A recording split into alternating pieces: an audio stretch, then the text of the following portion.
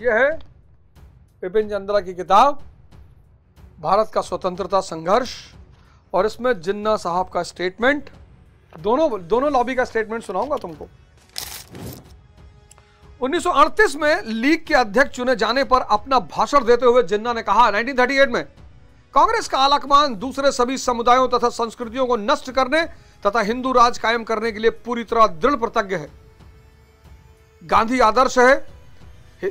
गांधी इनका आदर्श है जो हिंदू धर्म को पुनर्जीवित करना तथा इस देश में हिंदू राज कायम करना चाहता है।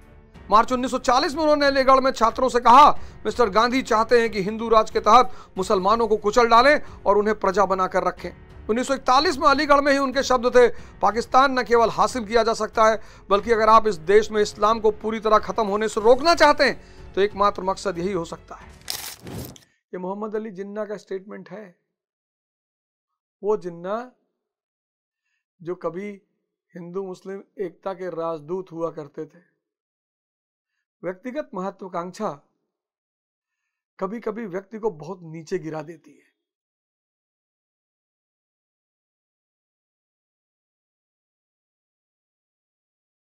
आठ अप्रैल 1941 के अपने अध्यक्षीय भाषण में जिन्ना ने घोषित किया कि संयुक्त भारत में मुसलमानों का अस्तित्व ही समाप्त कर दिया जाएगा। अंतरिम सरकार की चर्चा करते हुए 18 अगस्त 1946 को उन्होंने सवर्ण हिंदुओं की फांसीवादी कांग्रेस का जिक्र किया जो ब्रिटिश संगीनों की मदद से भारत के मुसलमानों और दूसरे अल्पसंख्यक समुदायों पर हावी होना और हुकूमत चलाना चाहती है। 1946 में ही मुसलमानों को अपना वोट लीग को देने के लिए अपील करते हुए उन्होंने कहा, अगर आज हम अपना फर्ज अदा नहीं करते तो आपकी हालत शूद्रों जैसी कर दी जाएगी और भारत से इस्लाम की विदाई हो जाएगी। यह है मोहम्मद अली जिन्ना।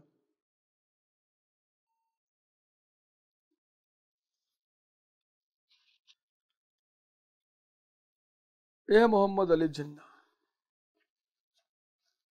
लेकिन इसी समय आरएसएस राष्ट्रीय स्वयंसेवक संघ के संघ संचालक एमएच गोलवलकर, इनके बिना तो कहानी ही अधूरी हो जाएगी। 1939 में यह किताब लेकर आते हैं, उसका नाम है वी, हम।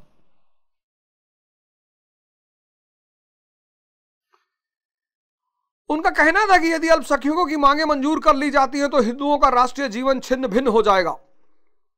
आरएसएस ने राष्ट्रवादियों पर इल्जाम लगाया कि वो हमारे कट्टर दुश्मनों को छाती से लगाए हुए हैं और इस तरह हमारे अस्तित्व को ही खतरे में डाल रहे हैं।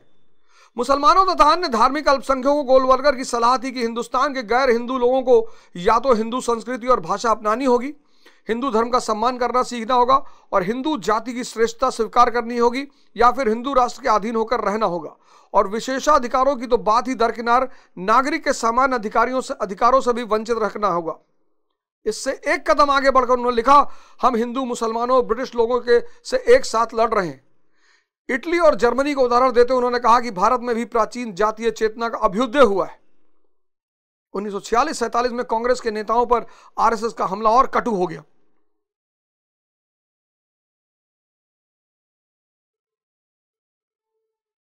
Page number 422।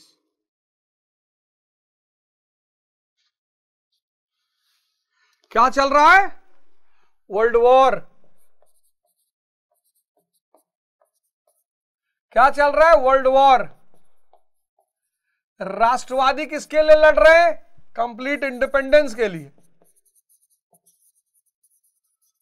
राष्ट्रवादी कंप्लीट इंडिपेंडेंस के लिए लड़ रहे हैं और ये बात कर रहे हैं मुसलमानों की और ये बात कर रहे हैं हिंदुओं की।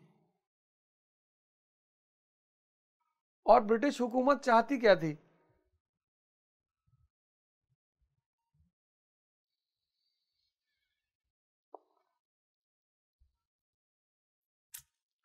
और ब्रिटिश हुकूमत चाहती क्या थी?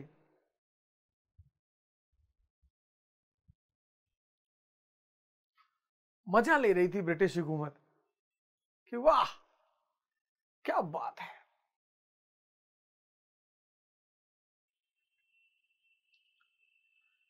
संप्रदायवाद एक जहर है, अगर उसे समझा नहीं जाएगा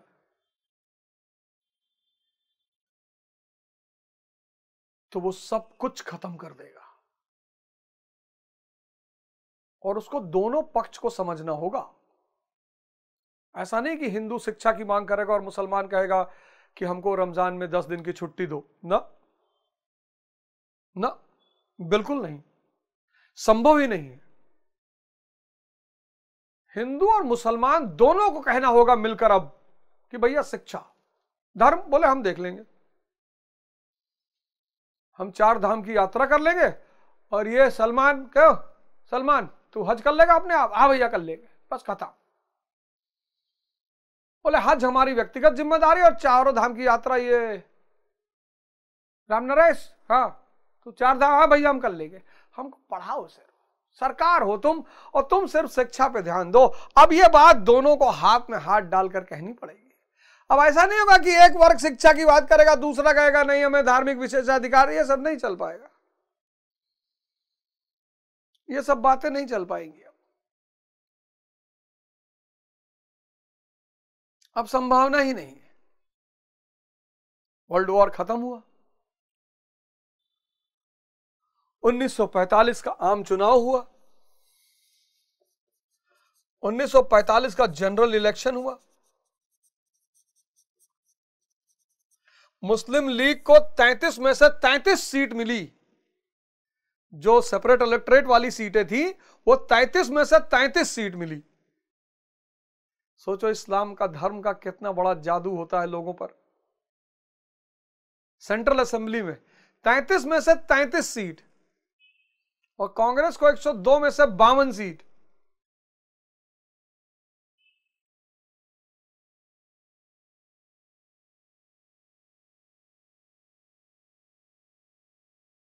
फिर 1946 में संविधान सभा का चुनाव हुआ,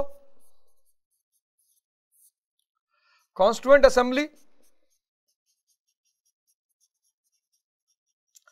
और कांग्रेस को मिल गई 290, 208 सॉरी 208, 292 में से 208, कंप्लीट मेजॉरिटी।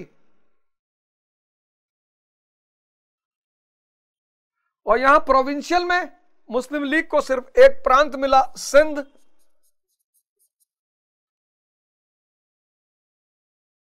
सेंट्रल असेंबली में तो मोहम्मद अली जिन्ना को जितनी भी सीट रिजर्व थी 33 में से 33, क्योंकि वो इलेक्शन में एक ही बात कह रहा था कि अगर आप मुस्लिम लीग को वोट कर रहे हो तो मतलब इस्लाम को कर रहे हो। बड़ा बुरा हश्र हुआ मोहम्मद अली जिन्ना का। हालांकि बाद में उन्होंने जो आग बोई थी उसको काटने की कोशिश की, वो भी स्टेटमेंट सुनाऊंगा पढ़कर, लेकिन तब तक बहुत देर हो चुकी थी। आज ये जो पाकिस्तान खत्म हुआ है ना, वो मोहम्मद अली जिन्ना की देन है। पाकिस्तान का जन्म नफरत की नींव पर हुआ है, नींव ही गलत है।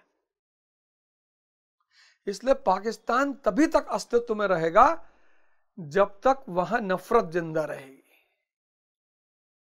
जिस दिन वहां नफरत खत्म, पाकिस्तान खत्म। वो फिर से हिंदुस्तान का हिस्सा हो जाएगा।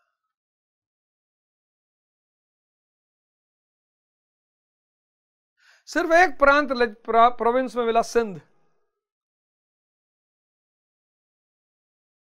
जिन्ना को लगा यार अगर प्लेबिसाइट हुआ तो हम तो सिंध मिलेगा, सिंध पाकिस्तान लेके क्या करेंगे हम। और यहां कॉन्स्टिट्यूएंट असेंबली में संविधान, इसका बहुमत, कांग्रेस का बहुमत, यह हुआ अब क्या किया जाए। तो मोहम्मद अली जिन्ना ने कहा कि मैं तो मक्का जा रहा हूं। अंग्रेजों ने कहा क्यों? बोले मैं वहीं जा रहा हूं, यहां नहीं रहूंगा, मैं जा रहा हूं। अरे अंग्रेजों ने कहा क्या बात हो गई मियां, हमको बताओ।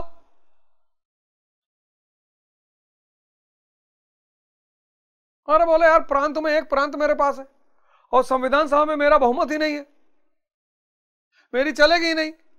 अंग्रेजों ने क्या करना चाहते हो? कहा हम नाचेंगे। अब बोला नाचो, एकदम नाचो, बताओ कैसे नाचोगे, क्या करना चाहते हो बताओ। बोला हम नाचेंगे। बोला नाचो। तो जिन्ना साहब ने कहा 16 अगस्त 1946 डायरेक्ट एक्शन डे, लड़कर लेंगे पाकिस्तान। किसके बल पे?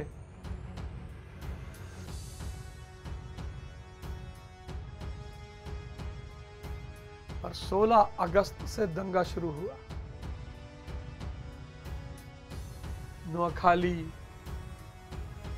असम, बंगाल, बिहार, यूपी, पंजाब, दुनिया का सबसे बड़ा सांप्रदायिक दंगा।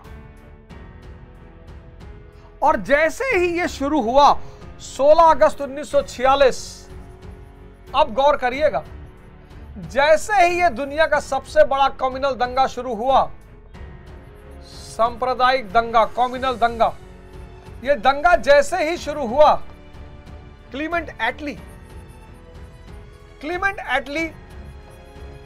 ब्रिटेन के प्राइम मिनिस्टर ने कहा कि भारत में अंतरिम सरकार, प्रोविजनल गवर्नमेंट। बोला यार तुम लोग अंतरिम सरकार मांग रहे थे ना, प्रोविजनल गवर्नमेंट, ये लो अंतरिम सरकार। 1946 में अंतरिम सरकार कहा 2 साल के अंदर तुम लोग को आजादी दे देंगे। देखो ये भारत की दशा, ये दोनों को जोड़ो, दुनिया का सबसे बड़ा सांप्रदायिक दंगा भारत में, और उसी समय भारत में अंतरिम सरकार के पास पुलिस पावर नहीं होती, सैन्य शक्ति नहीं होती। और दंगा आसाम से शुरू हुआ, बंगाल, बिहार, यूपी, पंजाब, बहुत खतरनाक दंगा।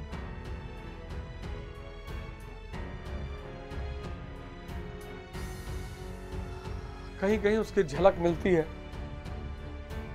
खुशवंत सिंह जी ने एक बड़ी प्यारी नॉवेल लिखी है, द ट्रेन टू पाकिस्तान।